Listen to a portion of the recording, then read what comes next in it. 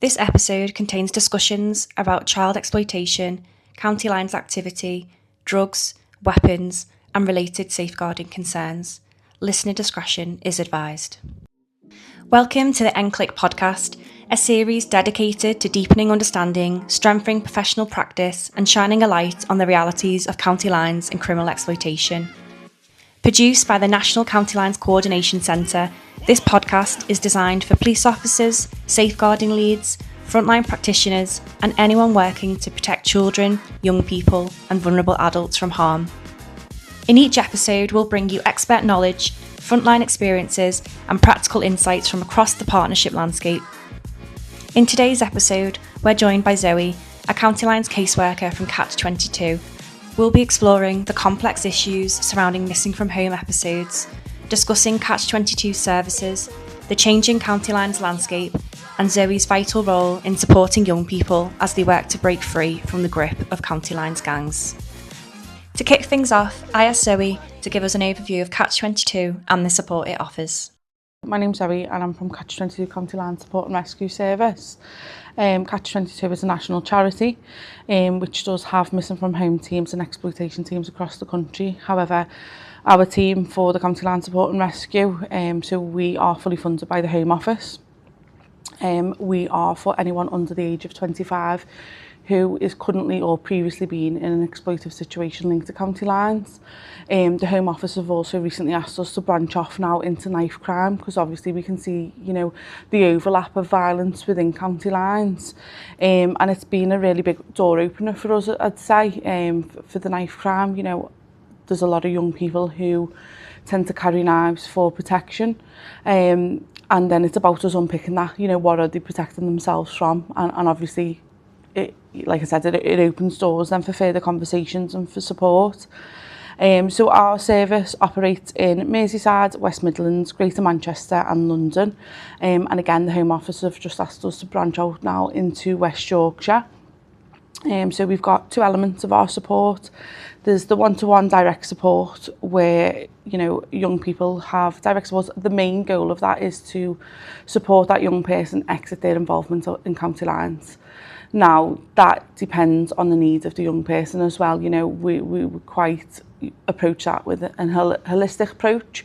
We focus on education, employment, showing that young person that there is a positive pathway out there and different opportunities, I suppose. And then our second element is our rescue service. So that's 365 days a year. There's two staff on call and, we get referrals in for, say, for example, a young person's been found on a county line and needs to be brought back to a place of safety. We would obviously get involved. We'd look after safety planning to return that young person back. I think we need to obviously take into consideration if that young person has been, involved in that county line, are they now own a drug debt?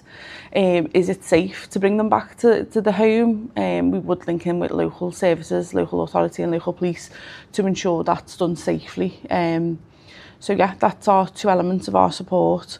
So anyone under the age of 25 involved in County Lines or knife crime, previously or currently, within each of them areas, our service model, we have one regional service manager, then we have a women's and girls caseworker. Just to highlight as well, I think for the women's and girls, so they don't go under the radar. I think a lot of the time, especially when we're delivering in schools, we ask the young people who are involved in County Lines and they always say males. So it's about highlighting, women's roles within County Lines. And that just highlights such the breadth of work that Catch22 do and also the complexities of County Lines, just all those points you've just raised, from mental health to women and girls. I think it just shows that, there's so many aspects to this, isn't it? And the work is vital that you're doing. No, definitely. And I think before I started with the service, to me, I didn't know it existed to that extent. And it's eye-opening to see what's actually going on in our city and obviously wider, I suppose, Yeah. And so a little bit about that. So I suppose you work as a County Lines caseworker, is that correct? Yes. So How did you get into this role, and what's kind of been your background for you working in this kind of in this world? Yeah, so my background was always education. I've worked in alternative provisions, training providers. However, I'd gone off to have my child and I was looking for something a little bit more flexible, and the Missing From Home team were advertising at the time, and I thought, oh, that sounds flexible, sounds interesting. So yeah, I applied for the Missing From Home team, and I was senior caseworker for the Liverpool team at the time. And we worked very closely with the County Lines team. I think we had a missing for a young male. And consistency and persistency, I say all the time. I think, you know, we had to continue to keep going to see this young person because he wouldn't engage, and eventually, you know, we broke down that barrier and we got him to engage, and it just started conversations with the County Lines team. So when a position come available there, I was quite keen to explore that opportunity. I think as a team, we all have our own personal experiences as well throughout, you know, from, you know, we've got modern day slavery experience, youth work experience. I think myself and my experience, I was exploited when I was younger, and it was very much within the family home and it was normalised. So I find it extremely rewarding, this role, supporting young people see a different pathway and different opportunities. So yeah, it's really rewarding for me to be able to play a part in those lives and encourage them to find that positive pathway. And I bet from your experience and kind of having living through that form of exploitation, you can really draw on that when you're speaking to a young person, and like you say, the team can use their experiences as well. Do you find that's helpful for kind of breaking down those barriers? 100%. I think it's important that we use our lived experience and show that we are human to these young people. You know, they've seen professional after professional, and it's about breaking that mould and being able to build that rapport with these young people. That, you know, trust is really, really difficult. And that's what we need to show, that we understand, we can sympathise with these young people and we can try and build that trust. Going back to, you were saying about the team's lived experience and how you build rapport with young people. Obviously, that we know that's so vital when we're talking about those being exploited through county lines and going missing from home and being that added vulnerability. But obviously that's easier said than done. How do you, as an organisation yourself, build trust with those young people who we know they might be fearful or they might be reluctant to engage with, like you said, with other professionals? Yeah, so I think for us, like I said before, consistency and persistency is key. And I think something that really drew me to Catch22 County Line service is that there's no time frame. So when a referral goes through and it's allocated to a caseworker, there's not a 6-week programme or a 12-week programme. And I think that's key. You know, we need to understand, we'll try to understand, you know, what is going on for this young person. Why don't they want to engage? What is the pull factor for them? You know, for us, you know, we quite often approach it with a trauma-informed approach. You know, a lot of these young people don't see it as trauma. Again, it's normalised, it's their lived experience. So it's about us working with them to build that trust consistently, keep showing up. You know, there's so many professionals and they've not engaged in we do quite often get a lot of young people that, you know, I've got a history of not engaging with any professional. And it's about us again, how can we adapt? It's not about the young person adapting to try and engage with us, it's how we can adapt as caseworkers to try and encourage their engagement. It's about us obviously having a little bit more of an understanding of that young person and how we can approach that appropriately with their interests as well. We often tend to focus on a more holistic approach, you know, focusing on what their need is as well. You know, do they want to get into education or employment? You know, I've had young people where we've needed to focus more on mental health or the health overall, you know, medical appointments that they've not attended and they've needed support and guidance to attend. ADHD appointments, you know, where they've not been diagnosed and again they've just needed that support and guidance. It's about building that trust and showing again that we are human and that we, you know, we can offer that wraparound support, I suppose. Yeah. I think for us it's understanding the situation that the young people are in as well. I think, you know, if a lot of the time on paper these young people are identified as victims of exploitation. To be labelled as a victim can be seen as weakness. So for us, you know, it's about having that understanding, and a lot of the time we do the work and we look at the risks and indicators and concerns, and we safety plan with young people, and it's not till after we've done the work they actually identify themselves within that exploitation stages, and they can see how, you know, they've had similar experiences and so on. A lot of the time we need a safety plan with our young people as well to ensure that is it safe for them to engage with professionals. Do you know, is it safe for me to knock on the door again? So it's important that we look at a case discussion prior, and this is why we always advise if a referral's coming in for a young person, please, you know, share it with them. We don't want to be calling them while they're involved actively in them concerns, and it could be putting them at further risk. So, you know, the more they know about us, and we are a voluntary service as well, so, you know, they need to consent to be working with us. They don't have to, and I think that does break down the barriers as well. Obviously identifying that we're not police, we're not social care, we are a charity. They don't have to engage with us. Often lowers them barriers for us to start that support.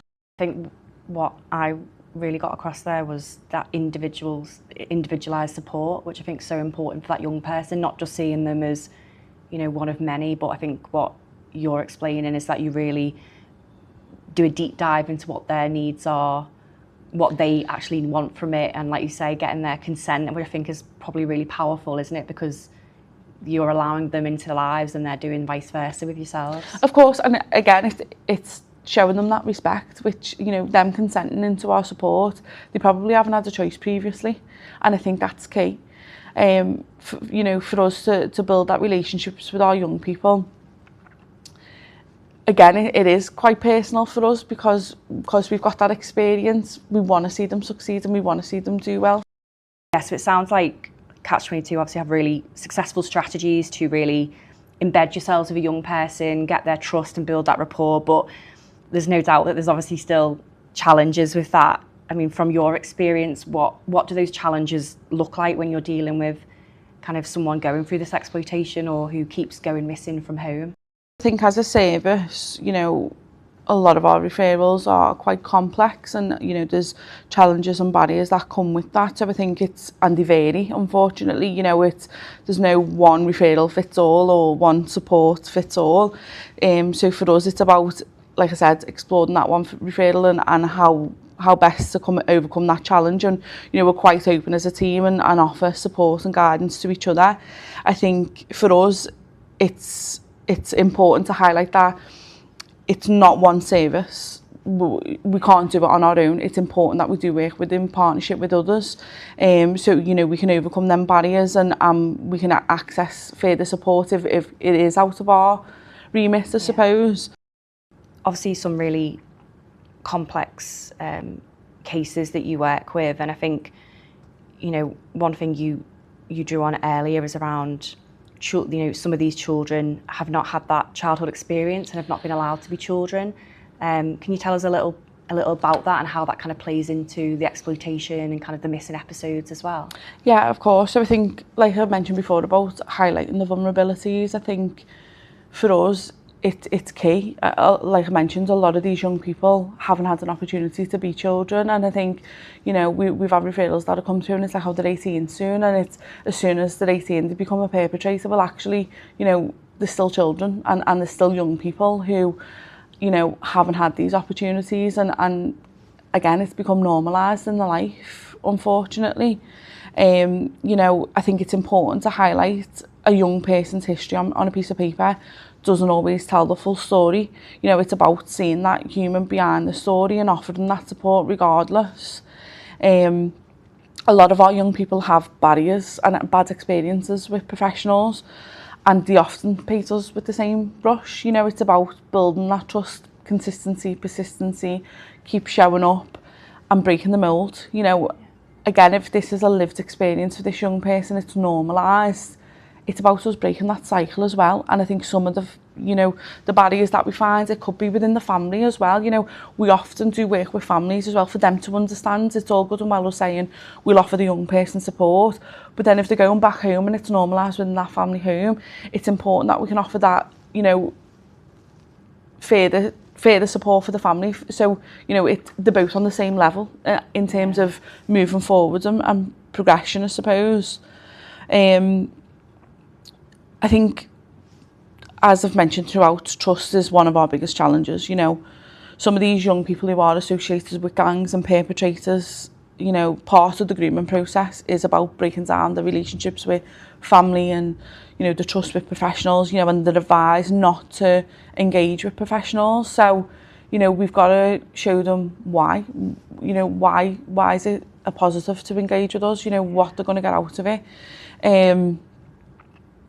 and how different that their life can be. And I think, you know, sympathising with them and having that understanding of their lived experience, you know, for us, I've had referrals before and you know, we've done something simple where we have played a game and you're thinking, what, a 17-year-old playing Connect 4 or something like that, but actually it's where you see them. They start to show the vulnerabilities and they start to open up. It breaks the ice a little bit as well. 100%, and it's allowing them to be children and they've not had that opportunity.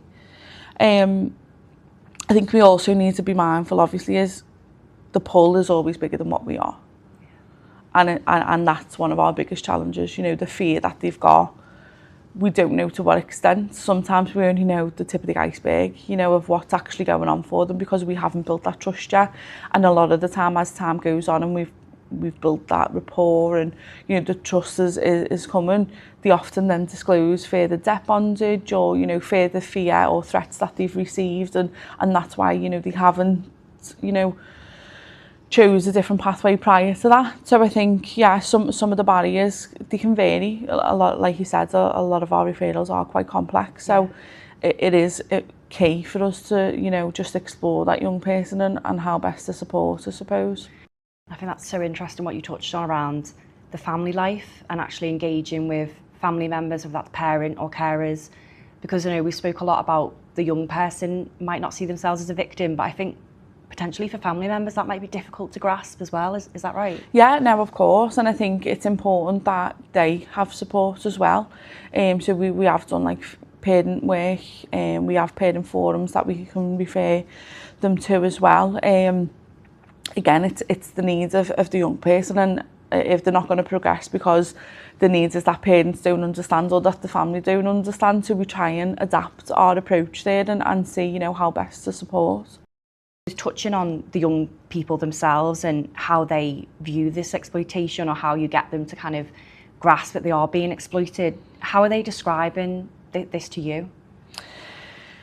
I think often for us we're seeing that it's normalised. The lack of awareness as well, so usually, like I mentioned before, after the work's done, they identify themselves within that exploitation stages. You know, they don't see it at the time when we're doing the work. You know, we quite often get that approach where it's like, that's not me, I haven't done that hasn't happened to me, when it's only actually afterwards where we've built the trust and we've done the work and they're like, actually that was me and I have experienced that. And I think for us it's important to not be shocked, you know, not be surprised. And I think, don't get me wrong, it's hard because we are human and it can be quite emotional, and you know, it's easy said than done. Don't take work home with you. You know, these are young people that have been through absolute hell and back, and it's important for us to, you know, take that into consideration. But also, I think for us to not act shocked for them, so they are, you know, comfortable with sharing that information. You know, I think we've had a lot of disclosures after the work of, you know, further debt bondage, once that trust and report is built. I think, you know, we've had a lot where it's been substance misuse and they've started with just a little bit of substance misuse and it's spiraled out of their control and they feel like, you know, there's no other option. So again, it's they felt they are in control initially, and it's escalated to a point where, you know, they're out of the depths. Going back to what you said there about, you know, reacting to a young person's experiences and, you know, being mindful of how you approach that. I suppose that goes back to that trauma-informed approach you were speaking about earlier. Definitely. And I think sometimes, you know, working with some of my lot, I challenge them on certain things, or I try to explore certain things, and we'll get told, you know, to F off, or, you know, it's their approach and they can become aggressive, and it's like that's the only way they know how to respond to that. And it's about, you know, we will explore appropriate relationships, how to manage your emotions.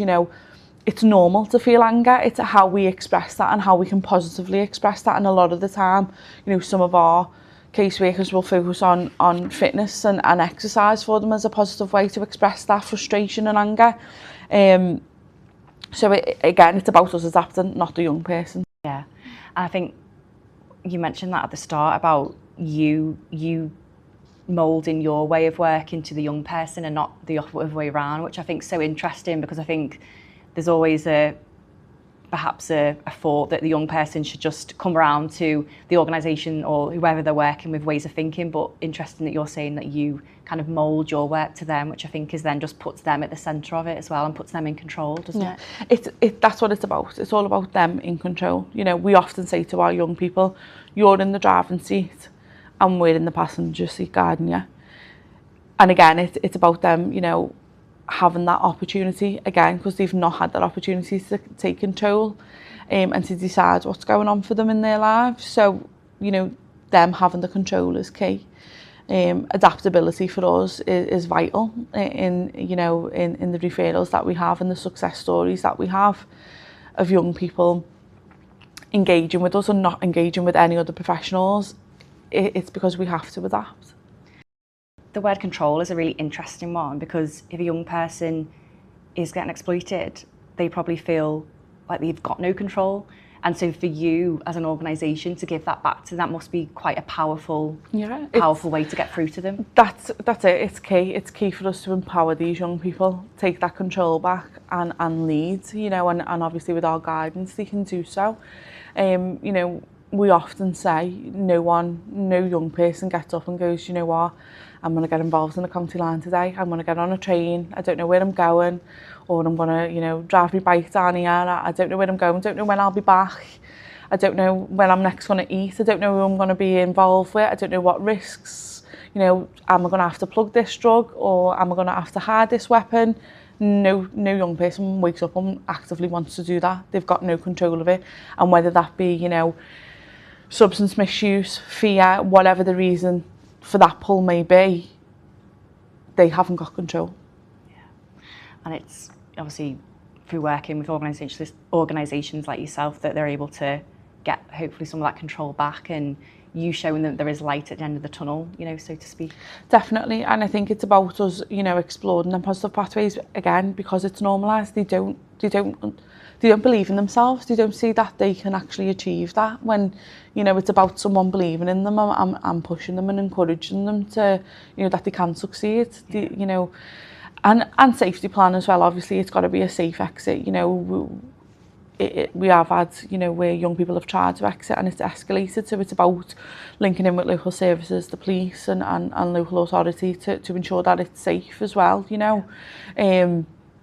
But I think often, a lot of the time, it's exploring them positive pathways as an excuse for them to, not be involved. Yeah. I think it is key. Yeah. In terms of obviously your work and the last few years, and obviously the landscape is constantly changing, as we know, but are there any kind of trends or changes in how you're seeing kind of gangs coerce young people into exploitation? Yeah, I think historically we've always looked at, if the signs and indicators if a young person presents with, unknown money, designer items, new trainers, where are these being provided? But unfortunately, that's not what we see anymore. It's quite the opposite. Actually, we are seeing a lot more substance misuse. And again, historically, that has been cannabis. But again, we are seeing a lot more ketamine. Again, these young people are starting off taking these drugs and then it's spiralling for them. They're feeling trapped. They've then got involved in debt bondage, and they're feeling like there's no way out and they have to work off that debt. I think the OCGs are changing the tactics. We've seen experiences where they're aware that there's a lot more eyes on children now, so they are unfortunately starting to target more young adults where they know things are a little bit more relaxed. If a young person's reported missing under the age of 18, it's accepted. They look at home are monitoring if they're in placement, you know, parents, guardians, you know, there's procedures there that are monitoring where these young people are. Well, actually, young adults, just because they turn 18 one day, you know, are still at the same level of risk and still have the same vulnerabilities as they did the day before when they were 17. You know, when you say young adults, is that 18 and over? Yeah, so 18 and over. So, you know, we've had referrals that 18 plus, and because they are 18 now, you know, it's a challenge getting them accepted as a missing episode. So that's, you know, definitely something that we've noticed. I think in Merseyside, definitely, I think the level of violence have increased. Obviously, the Home Office asking us to branch off to knife crime and firearms as well. From a Merseyside perspective, I think when we join with our other teams within the service, I think firearms is more Merseyside, and that's what we're seeing a lot more in our complex referrals that we've received. We get these referrals in and you know, a young person would say, you know, I'm not involved in county lines, I'm not being exploited. But obviously if there's evidence there that they are carrying a knife or they are carrying a weapon, or, you know, they've been involved in an incident, we know that it's a door opener then, you know, you've been involved in this, so we can look at the risks and indicators, and then obviously we will branch off into county lines and exploitation work as well, and quite often again, once the rapport is built, once the trust is built, we have further disclosures then. And I think that's something that has been a challenge previously, where, you know, they don't see themselves as being exploited and they don't see themselves as being a part of a county line. So yeah, as a service, we've definitely seen it as a door opener. I suppose linked to that as well, one of the changes, you know, over the last so many years is social media and the access that young people have to social media now, but obviously we know that it can be used for bad as well as good. Have you seen this as a kind of change in the landscape too? Definitely. I think there's evidence of different social media platforms being used to sell drugs and promote drugs, you know, fueling that exploitation. We've definitely seen a rise in complexities involving social media. Police are required to conduct safe and well checks when missing children return home. I suppose using your experience and from Catch22's perspective, what do you think the advantages are of an external service provider like yourselves carrying out these visits and these discussions? I think us being independent and a charity, you know, not a part of children's social care, not a part of the police, I think it really helps. It brings them barriers down, again with the young person and the family as well. I think it's important for us, you know, to highlight that we don't ever refer to it as a return home interview with the young person. It sounds quite formal, you know, that they're being interviewed. Yeah. So I think having an informal approach and it not being scripted is key. You know, again, sympathising and understanding some of the difficulties that young person may have been through prior to the missing episode and after. I think trauma-informed approach again is key. Yeah. You know, we would often get aggression and stuff like that, and it's trying not to be fazed by that and understand that sometimes it's just fear built up. You know, a lot of young people who have regular missing episodes, and we try and be consistent with the same staff member as well to try and, you know, consistency, persistency and building that rapport and trust. And is there anything you think, you know, if you were speaking directly to other professionals, that they should avoid during these kind of discussions and visits? Again, I think it's key that informal approach. We would always advise, I think, no uniform. You know, I think that definitely puts barriers up. I've had young people previously that have said, you know, they would engage, but a police car turns up. Again, if it's, you know, undercover cars, if police have to go out, because again, it's understanding their situation and the risks that pose to them if they're seen engaging with professionals. It can be quite difficult. I suppose it's looking at the bigger picture as well, not just that one isolated visit or, you know, that check, but like you said, that whole journey and being conscious that this young person's probably been through a lot. Definitely. Again, trauma informed, and unfortunately, you know, a lot of people don't see it as trauma, but little incidents like that, it can be quite traumatic for them. And, you know, a lot of that anger and aggression is just built up fear. And it's how best we can support that, you know.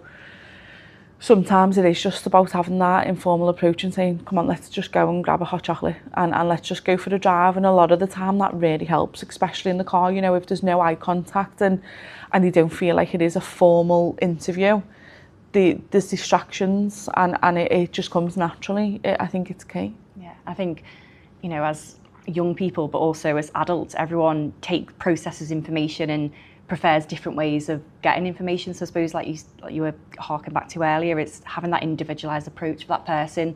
You know, a hot chocolate might be the perfect approach of one person, but then something a little bit different might work better with the next. Definitely. And again, it all boils down to that adaptability, I think, is key. You know, for us, again, every young person is different, and like you're right in what you say, you know, one hot chocolate might go over my head if I approach it with another young person. So it's about what's right for that young person. You know, how do we meet the needs of that young person and how do we explore the best approach? Yeah. So I want to move on to the support and rescue service. I know that's a vital service that Catch22 do. Can you firstly just tell us a little bit more, I know you referenced it at the start, but a little bit more about that support and rescue service and what that does across the country? Yeah, so within the areas of the service run, so West Midlands, Manchester, London and Merseyside, and obviously moving forward West Yorkshire, we do have 2 staff members on call, anyone that is actively you know, involved in the county line. Referrals, we often get referrals through from police custody, where, you know, young people have either been arrested or found at a property where, you know, it's been taking place. It's vital that we have a case discussion prior to completing that rescue, so we can explore if there's a safe place to bring that young person home to. We can explore, you know, is it safe for them to be collected? You know, have they been searched? Are they holding anything else? Are we appropriate? Do they need to go to the hospital? Are they concealing anything? You know, what risk are they when they come out in terms of, you know, have they had drugs and money removed off them? Do they now owe that to someone else?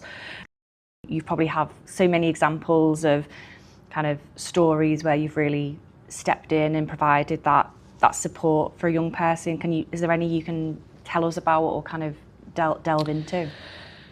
Yeah, I think more recently we've had a young person rescued. He was missing multiple days, and due to him being 18, I think I mentioned before again, you know, just because he turns 18, it doesn't take away them vulnerabilities and them risks that still pose to that young person. He was still in contact with family via text. So when he was reported missing to the police wasn't accepting it because he's 18, he's in contact. You know, from their point of view, I understand that they didn't see the risks. However, you know, as a service, we then obviously stepped in to highlight the vulnerabilities and the risks and his history as well of, you know, what he had been exploited into previously. So I think it was key for us to highlight, you know, them pull factors for him. Our caseworker linked in with the County Lands Police Task Force as well, just to obviously to ensure that they had the right information as well. I think as it was ongoing, the young person was providing further details. He was advised to change his number whilst he was on the county line. So the new number was provided. The task force actually identified and tracked his phone, and they conducted visits in Scotland at known locations and houses, and thankfully located him. And then obviously the service linked in with the local custody suite then to see, you know, when he will be released to arrange that appropriate rescue. And we did link in with the local authority again, although he was 18, it was adult services then, to ensure that it was safe for him to come home. It was a really big starting point for this young person that, you know, now he is 18, obviously there is consequences as well. So it excelled the support from Catch22 as well, and it allowed us to explore further with him. and thankfully, you know, now he's accessing the right support, he's got his own property and he's accessing education and stuff. So I think it just highlights the vulnerabilities that are still present post 18, and the challenges that we do face in terms of, you know, highlighting them vulnerabilities. If you were, you know, to speak directly to a young person who's perhaps currently being exploited or at risk of this type of exploitation in county lines, what would you want them to know? I think as a service, it's important for them to understand that they're not on their own. There's always a way out, and I know it might seem difficult for them to see light at the end of the tunnel, but there is. I think it's important to highlight that it's not their fault. You know, it's not their fault, and they can't take that responsibility.